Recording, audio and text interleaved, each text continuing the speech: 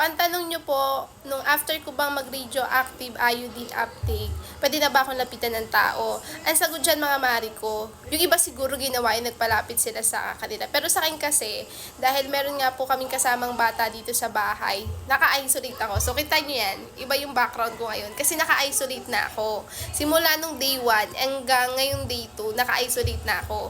Kasi may kasama akong bata sa bahay. And yung kasama kong bata sa bahay, person with disability pa. So ako na mismo, nag-isolate din ako. Pero sabi nung staff, kung hindi naman daw talaga maiiwasan na mapalapit nga sa mga ganong pangyayari, halimbawa sa matanda, sa senior, sa buntis, sa bata, at least 2 meters away daw.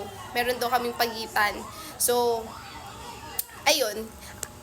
Ako na din mismo kasi talaga, kahapon, simula nung day 1 ko, nakahiwalay na talaga ako. Nakahiwalay ako ng kwarto, as in, naka-ready na lahat ng gamit ko. Meron akong sariling arenola.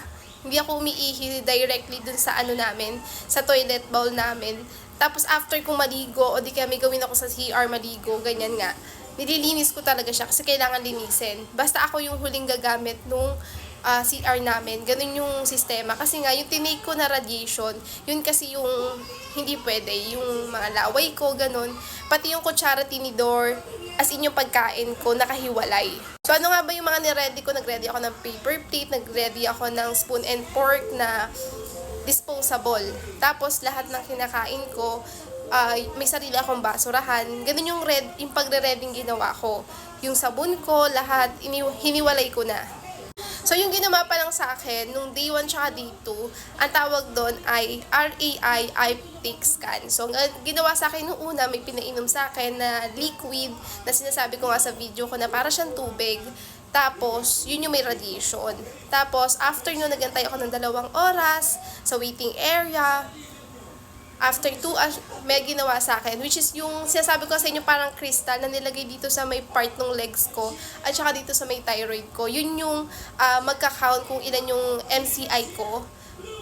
Doon malalaman kung gaano kataas yung dosage na ipapatake na gamot sa akin. Tapos etong dito ko naman, sorry.